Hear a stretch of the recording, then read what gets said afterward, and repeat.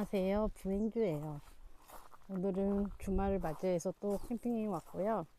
여기는 천안에 있는 캠핑장인데 제 원탑인 캠핑장이에요. 여기 보시면은 개별 화장실이 따로 있어서 개별 화장실 개수대가 있거든요. 그래서 좋기도 하고 엄청 깨끗하고 또 뷰도 엄청 좋고 사장님도 엄청 친절하고 좋으세요. 일단 금요일에 제가 이제 ABL 바이오 얻어 걸렸고 하이닉스는 이제 조정 때부터 모아가지고 지금 물려있는 상태라고 했잖아요. 근데 이제 금요일날 나스닥이 저가 매수도 들어오고 반도체 가격 상승 이슈도 있었고 해서 샌디스크도 올라주고 반도체주가 전체적으로 좋아서 아마 내일은 이제 국장도 상승으로 시작하지 않을까 싶어요. 그래서 또 운 좋게 반도체로 수익이 나지 않을까 조심스럽게 예상을 해보고 지금 이제 어느 정도 4200선 위아래로 해서 박스피로 계속 움직이고 있는 것 같아요. 그래서 적당히 4000 근처나 3000 후반부터 분할 매수해서 4000 넘겨서 매도해주는 전략을 해주면 이제 수익이 이제 나는 것 같고, 또 섹터가 반도체에서 뭔가 이제 지수가 어느 정도 올라오다 보니까 바이오와 뭐 2차 전지, 뭐 화학, 뭐 이런 게 좀 올라오더라고요. 그래서 원래는 제가 바이오를 좀 변동성이 심해서 매매를 안 하다가 금요일날 매매를 하게 된 건데, 바이오 섹터도 이제 살펴볼 필요가 있을 것 같아요. 하지만 그래도 여전히 이제 조정장에서는 반도체를 모으는 게 맞는 것 같고, 바이오는 잘못해서 꼭지에 이제 물리게 되면은 언제 탈출할지 모르거든요. 금요일 미장이 이제 저감에서 들어올 때 저도 거기 같이 탑승해서 이제 샌디스크랑 기존에 가지고 있던 양자나 뭐 스테이블코인 그리고 아이렌, 로켓랩 비중을 다 또 늘려줬어요. 저는 이제 미장에서는 현재 빅테크는 어느 정도 비중이 있는 상태고, 이제 소형주 뭐 로켓랩, 아이렌은 지금 100% 넘게 수익이 나고 있지만 그래도 조정이 왔을 때 더 담고 있고, 이제 양자와 스테이블 코인도 양자 같은 경우도 종목이 좀 여러 개잖아요. 뭐 100%인 것도 있고 마이너스인 것도 있는데 분할로 해가지고 비중을 다 실어줬고, 아마 이게 제가 이제 내년까지 보고 미장을 투자하는 거기 때문에 제가 계속 말씀드리지만, 지금은 이제 뭐 소형주가 많이 이제 양자 같은 경우도 많이 떨어져 있지만 더 오를 거라는 생각을 가지고 이제 장기로 보고 있어서 이제 적극적으로 매수하고 있어요. 특히 이제 뭐 아이렌이나 로켓넷 같은 경우는 제가 이제 로켓넷 같은 경우는 장기로 오랫동안 지금 매수 중에 있고 조정이 크게 나올 때마다 더 사고 있거든요. 얘는 진짜 장기로 보고 있고, 아이렌도 데이터 센터 관련해서 이게 중요한 종목이기 때문에 저는 좋게 보고 있고, 그래서 조정이 이제 크게 올 때 더 담고 있는 전략을 하고 있어요. 근데 물론 이제 테슬라나 엔비디아만큼 비중이 지금 있진 않지만 조정이 더 온다면 그만큼 더 비중을 담을 생각이에요. 그리고 지금 제가 국장 비중이 이제 수익이 나면서 좀 커졌는데, 국장 비중을 줄여서 이제 미장에 더 넘어갈 생각이고, 국장 비중을 더 줄여줄 생각이에요. 뭐 크게 뭐 제가 국장을 하고 있는 건 아니지만 이제 단타로 가지고 있는 거 말고, 그러니까 장기로 끌고 오는 것들이 있잖아요. 뭐 반도체 ETF나 조선 ETF 이런 거는 좀 줄여서 수익 난 것도 차익 실현을 좀 해서 이제 출금을 좀 해서 조금 더 미장에 투입을 할 예정이에요. 사실은 제가 이제 지금 현재 제가 일시적 1가구 2주택인데 지금 하나를 매도하려고 지금 집을 내놓은 상태인데 아직 매도가 안 돼서, 그 집이 매도가 되면 그 자금을 더 이제 미장에 더 넣고 싶은데 현재 지금 부동산이 좀 정체가 와가지고 매도가 지금 안 되고 있는 상황이라서 빨리 매도가 되면 그 자금도 미장에 아마 넣지 않을까 싶어요. 그리고 저는 이제 미장을 할 때 배당주 얘기를 이제 하는 친구들이 많은데, 배당주 같은 경우는 사실 좀 나이가 젊을수록 굳이 배당주를 하기보다는 좀 더 성장주에 투자를 적극적으로 했으면 좋겠고, 지금 같은 시기는 더더군다나 배당주보다는 이제 성장주에 투자하는 게 더 맞는 전략이라고 보거든요. 그래서 얼마 전에 만났던 이제 회사 동료도 배당주 얘기를 했는데, 배당주에 뭐 먹대로 막 넣어놓을 거 아니면은 굳이 지금 배당주를 하기보다는 제가 성장주로 더 권했어요. 뭐 몇만 원 받아서 그걸 수익으로 뭐 얼마나 낼 수 있을까 싶어서, 더 지금같이 이제 금리 인하를 앞두고 있는 상황이라면 더욱더 성장주에 지금 투자를 많이 해야 될 시기예요. 그래서 배당주는 좀 이제 자금이 많거나, 그리고 지금 금리 인하기가 아닌 시기에 투자를 고려해 보는 게 맞고, 미국장 기준으로 제가 말씀드리는 거예요. 그래서 조금 더 적극적이고 공격적으로 지금은 미장의 그 빅테크나 성장주에 투자하는 게 맞다라는 거를 꼭 말씀드리고 싶고, S&P 500 ETF를 비중을 좀 줄인 상태거든요. 그리고 오히려 더 지금 이제 성장주에 더 투자를 하고 있어요.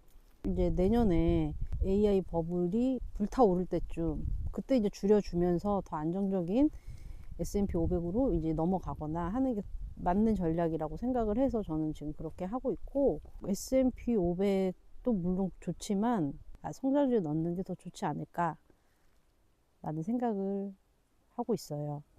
근데 제가 사실 뭐 주식 얘기를 좀 많이 하는 편인데, 지금 부동산으로 할 수 있는 게 없기 때문에 제가 주식을 좀 주식 얘기를 좀 많이 하고 있거든요. 근데 결론적으로는 저는 사실 가장 크게 제 자산의 가장 큰 비중을 차지하는 게 부동산이기도 하고, 궁극적으로는 정말 똘똘한 한 채를 갈아타는 게 최종 목표예요.